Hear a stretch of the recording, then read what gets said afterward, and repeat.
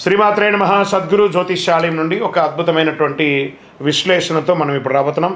రానున్న ఈ నెల ఫిబ్రవరి 28 అరుదైన గ్రహాల కూటమి. ఆకాశంలో ఒకే వరుసలో 6 గ్రహాలు రాబోతున్నాయి. ఇది ఒక అపురూపమైనటువంటి ఘట్టం అని కూడా చెప్పచ్చు. ఫిబ్రవరి 8 సూర్యాస్తమం తర్వాత సుమారుగా 6 గంటల 30 నిమిషాలకి ఆకాశంలో ఒకే వరుసలో 6 గ్రహాలు కనిపించనున్నాయి.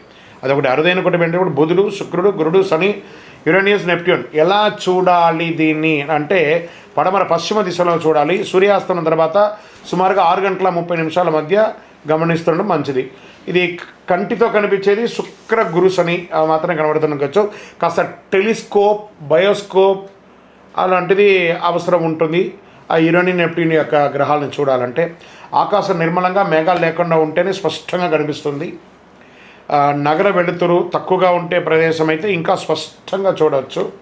ఇలాంటి గ్రహాలు వరుస అరుదుగా చూడవచ్చు. ఆకాశాన్ని ప్రేమించే వారికి ఇది ఒక అద్భుతమైనటువంటి అవకాశం అని కూడా చెప్పచ్చు. ఈ యొక్క గ్రహ కూటములన్నింటి కూడా రానున్నటువంటి ఉగాది ద్వాదశ రాశుల్లో దాని యొక్క ఇంపాక్ట్ అనేది ఉంటుంది.